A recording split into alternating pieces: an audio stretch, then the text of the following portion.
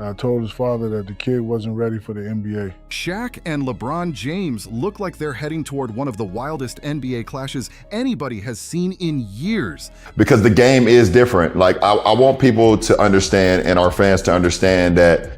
And it all kicked off after Shaq spoke up about Bronny James. What started as one opinion quickly turned into total chaos once Shaq started exposing what he believed was really happening behind the scenes with Bronny getting drafted. Rob and I did not give Bronny anything. Bronny has earned this. And once the full story started coming out, people around the league began looking at the whole situation completely differently. On the exact same night LeBron signed his massive 2-year, $104 million contract with the Lakers, Bronny James, a player who wasn't even ranked among the top names in the G League conversation, landed a guaranteed NBA contract after being selected 55th overall in the draft. That's where the drama exploded.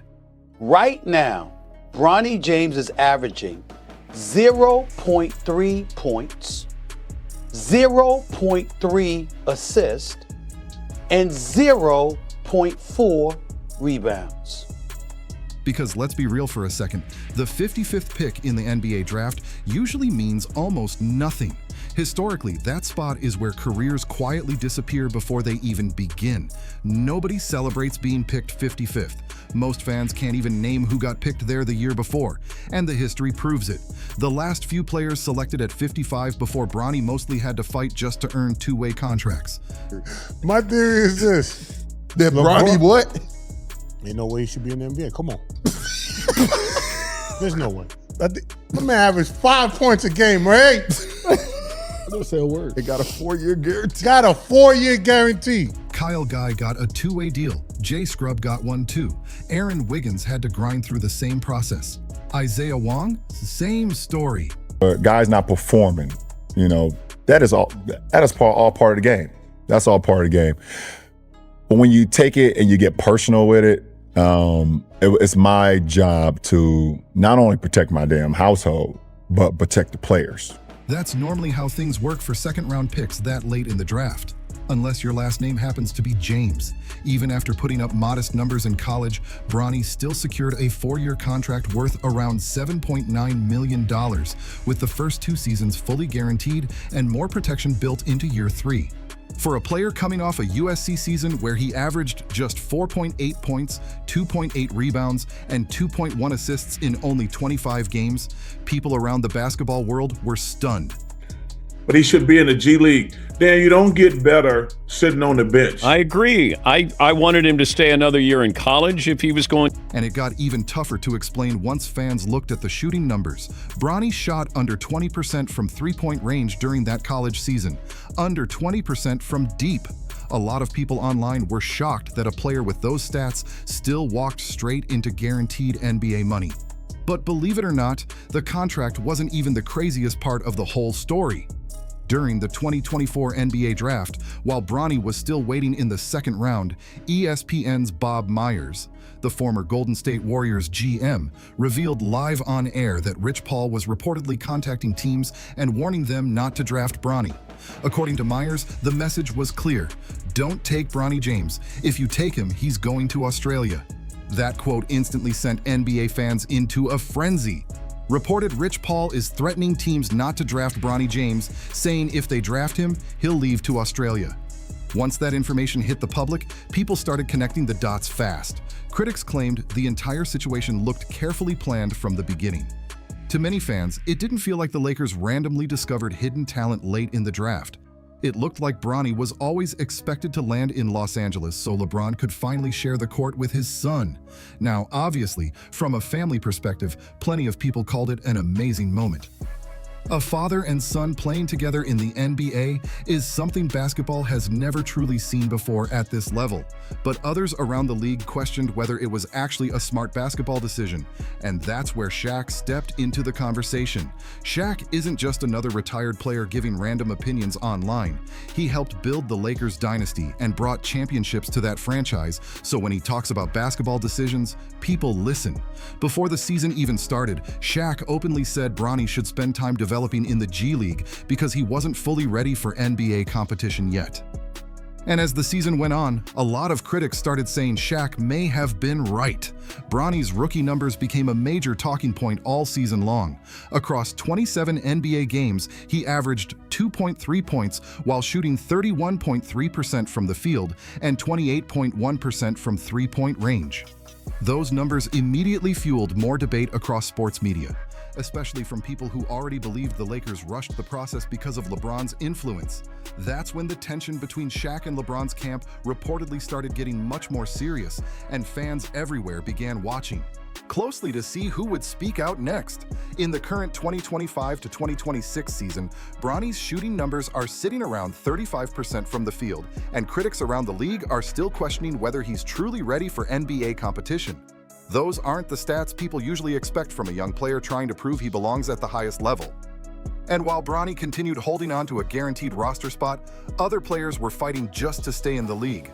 One name that kept coming up was Jordan Goodwin. Goodwin signed with the Lakers, got waived in October 2024, battled his way back onto the roster through a two-way deal in February, played hard defensively, brought energy every night, and then got waived again in July 2025.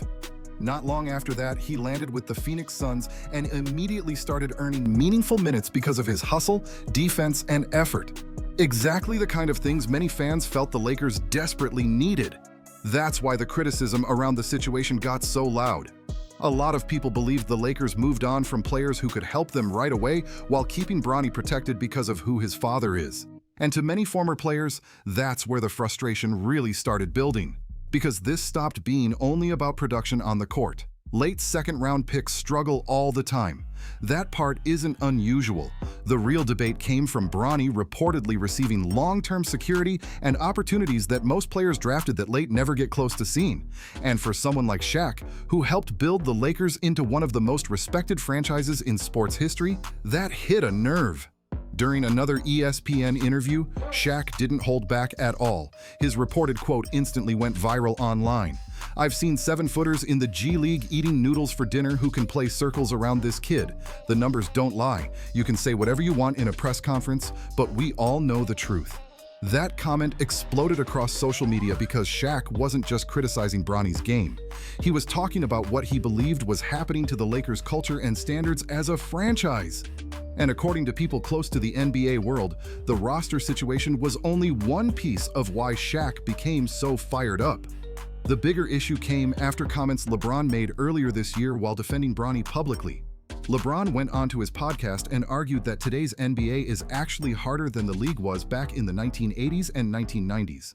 That statement immediately sparked backlash from older players and former legends who played during those eras, because critics quickly pointed out the contradiction. On one hand, LeBron was calling this the toughest and most skilled era in basketball history. On the other hand, fans were watching his son, a player still trying to develop, receive opportunities that many believed other prospects with similar stats would never receive. That's why people online started calling the whole situation ironic. If today's NBA is supposedly harder than ever, then why were the normal standards for roster spots suddenly looking different in this situation? Shaq eventually responded during a segment on Inside the NBA, and his reaction added even more heat to the conversation. He reminded viewers that basketball during the 80s and 90s was far more physical, especially for guards and younger players trying to attack the paint. Back then, defensive rules allowed dominant big men to stay near the rim, making every drive feel dangerous. Then Shaq delivered the line that really shook NBA fans. His reported response was, "If you think this era is harder than what the NBA was in the 80s and 90s, you're admitting you don't respect the game as much as you say. And if you're letting your son enter a league without deserving it, you're proving it." That quote immediately spread everywhere online. At that point, this wasn't just basketball debate anymore. Fans started treating it like a full-blown clash between NBA generations, with Shaq openly challenging LeBron's views on both the modern game and the Bronny situation at the same time. At this point, a lot of critics around the league started saying LeBron wasn't treating the Lakers like a pure championship organization anymore. They believed the franchise was starting to feel more focused on the James family storyline than on building the strongest possible roster. And once the debate about skill levels between NBA eras started heating up, former players wasted no time jumping into the conversation. Larry Bird's name came up constantly. Fans reminded everybody that Bird became the first player in NBA history to shoot 50% from the field, 40% from three, and 90% from the free throw line in the same season. And he pulled it off twice. That stat alone had older NBA fans pushing back hard against the idea that previous eras lacked skill or offensive talent. Then came the pace argument. LeBron had suggested modern basketball moves faster and demands more from players physically, but several former players disagreed immediately. Lindsey Hunter, who actually played across different NBA eras, pointed out that the 2020s only rank around 5th historically in pace. In other words, the high-speed basketball people associate with today's game already existed decades ago. Byron Scott backed that up too, reminding people that many teams in the 1980s were already averaging over 100 points per game. According to Scott, the physicality back then was on another level entirely. His message was simple.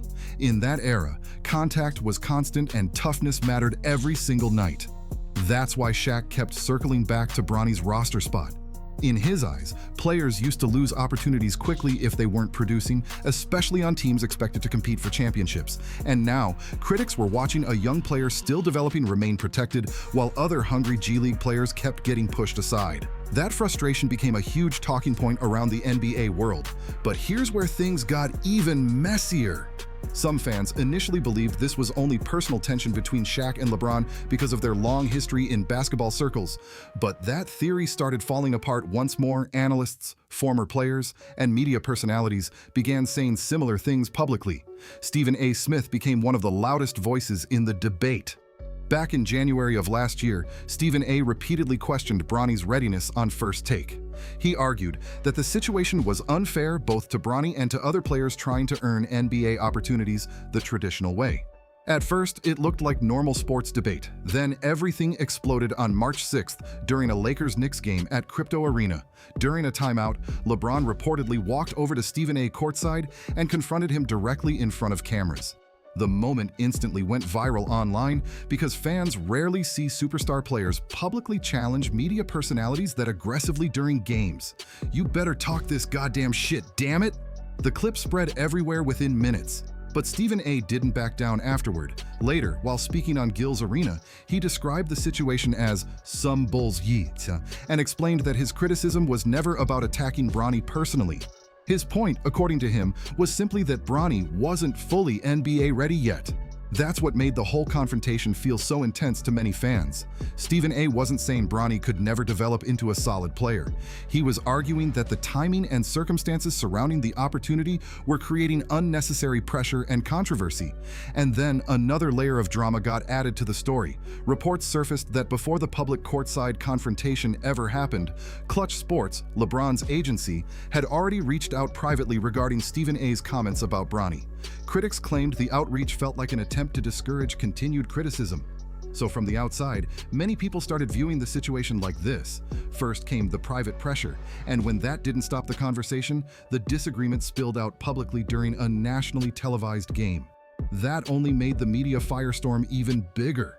And again, it wasn't only Shaq or Stephen A. raising concerns. Charles Barkley had already been questioning the situation before the 2024 season even began. Sitting on the inside the NBA desk, Barkley openly said Bronny wasn't ready for the NBA at that stage of his development. Then Barkley delivered the comment that really caught attention. "I really like everything LeBron has done, but this is a bad look for him, in my opinion." That line hit hard because Barkley usually gives LeBron credit for a lot of his career decisions. So, hearing him publicly criticize this situation made fans pay attention fast. Even former NBA player Charlie Villanueva weighed in, saying he didn't believe Bronny should be in the NBA yet based on his current level of play. At that point, the criticism surrounding the situation wasn't coming from just one voice anymore. It had turned into a growing league-wide conversation, and every new comment kept making the tension around LeBron, Bronny, and the Lakers even louder. Even former NFL player Channing Crowder jumped into the conversation at one point, criticizing Bronny's G League performances and saying he looked overwhelmed defensively at times, which caught attention because defense was supposed to be one of Bronny's biggest strengths coming into the league, and that's what made the backlash feel so massive. It wasn't like all these former athletes, analysts, and media personalities secretly coordinated together. They weren't sitting in some giant group chat planning attacks. People were simply watching the same games, seeing the same stats, and forming similar opinions on their own. That's why the pressure around LeBron and the Lakers kept growing louder. Because instead of the criticism fading away, every response seemed to pull even more attention toward the situation. A lot of fans especially focused on LeBron confronting Stephen A. Smith publicly after weeks of debate about Bronny's readiness. And to critics, that reaction only blurred the line between family and basketball operations even more. People pointed out that LeBron reportedly had major influence over the entire situation, from Bronny's draft destination to contract discussions and development opportunities. So once all those pieces became connected publicly, many fans stopped viewing the conversation as simply personal attacks and started seeing it as fair basketball criticism. That's why some people pushed back against the idea that Shaq was only acting like an angry former player complaining about the modern NBA. To them, Shaq looked genuinely frustrated because he believed the standards around roster spots and development had changed dramatically. And when fans started comparing Bronny's situation to former 55th picks, the debate got even louder. Players like Patty Mills and Aaron Wiggins were constantly brought up because they fought through the grind the traditional way. They developed slowly, earned trust over time, and eventually became valuable NBA contributors through hard work and consistency. Critics argued that those players had to claw for every opportunity, while Bronny entered the league with far more protection and security than most late second-round picks ever receive. For Shaq, that comparison hit especially hard because he came from an era where production was everything.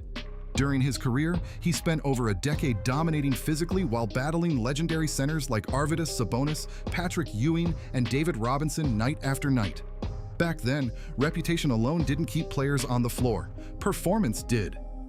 And then came one of the most uncomfortable moments of the season. Earlier this year, during a high-pressure game, cameras appeared to catch LeBron visibly frustrated after Bronny made a defensive mistake on the court. Instead of a calm teaching moment, the exchange looked tense enough that fans immediately started talking about it online. To LeBron, and kinda looks at his... That clip spread quickly because it cracked the polished father-son image many people had been promoting since draft night. Suddenly, fans were seeing the pressure of the situation play out publicly in real time. At the same time, reports late in 2025 claimed Lakers television ratings were slipping compared to expectations. Some fans online blamed the constant Bronny storyline, arguing that too much attention was being placed on family narratives instead of winning basketball. That's why supporters of Shaq's position kept saying this wasn't about hate. They believed he was defending the identity of a Lakers franchise that historically prioritized championships, competition, and earning your place on the roster above everything else. But according to people following the story closely, the drama still wasn't finished. Because once fans started digging deeper into the details surrounding Bronny's contract structure, roster protections, and day-to-day team decisions, the controversy only became even more explosive. At this point, critics around the league were saying something that would have sounded impossible a few years ago. The Lakers were spending more energy protecting a developing player than rewarding proven contributors fighting for real minutes. Fans kept asking the same question over and over. Why were experienced players battling for opportunities while Bronny, who still couldn't consistently crack the rotation, continued receiving guaranteed support from one of the biggest franchises in sports? Charles Barkley didn't soften his opinion either. Chuck openly said he was disappointed in how the Lakers handled the entire situation. According to him, young players improve through reps, pressure, travel, and real development, not by sitting on the bench or avoiding difficult stretches of the NBA grind. I agree. I wanted him to stay a year in college if he was going to. That comment sparked another huge debate online because a lot of fans actually agreed with Barkley. Many believed another college season or extended G League development could have helped Bronny grow naturally without the nonstop spotlight and pressure surrounding him. But for older Lakers fans, the bigger issue wasn't only Bronny himself, it was what they believed the franchise had become. Supporters who lived through the Shaq and Kobe championship era started comparing the culture from those years to what they were watching now, and the contrast felt massive. Back then, Lakers basketball was built on competition, intensity, sacrifice, and earning every single minute on the court. People online even joked about how impossible this current situation would have sounded during the early 2000s. Imagine walking into a 2003 Lakers practice and telling Kobe Bryant that a young player at the end of the roster could skip certain road trips or avoid parts of the grind while still keeping a protected roster spot. Fans immediately said Kobe never would have accepted that kind of environment. Because during that era, reputation didn't matter nearly as much as work ethic. Kobe and Shaq were famous for pushing teammates relentlessly because the expectation inside that locker room was championship-level commitment every single day. In fact, the tension between Kobe and Shaq became legendary partly because both players were obsessed with maintaining the Lakers' standards at all costs. Winning came before comfort, always. That's why so many former players reacted strongly to the Bronny situation. To them, it symbolized a huge shift in how roster decisions and player development were being handled in today's NBA.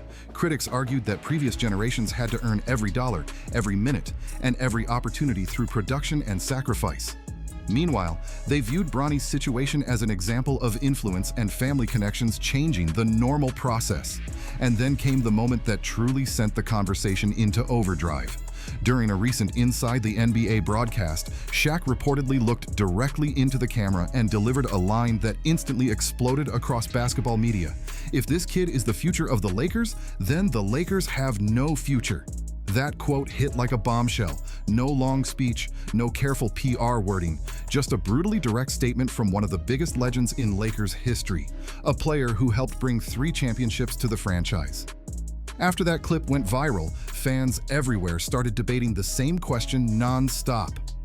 Was Shaq unfairly targeting the James family? Or was he saying what other people around the league were already thinking but didn't want to say publicly? Because by this stage, the conversation had become way bigger than Bronny's stats alone. It had turned into a debate about merit, legacy, influence, and whether one of basketball's most iconic franchises was drifting away from the standards that once defined it. And with emotions running this high, one thing became clear fast. This Shaq versus LeBron fallout wasn't dying down anytime soon.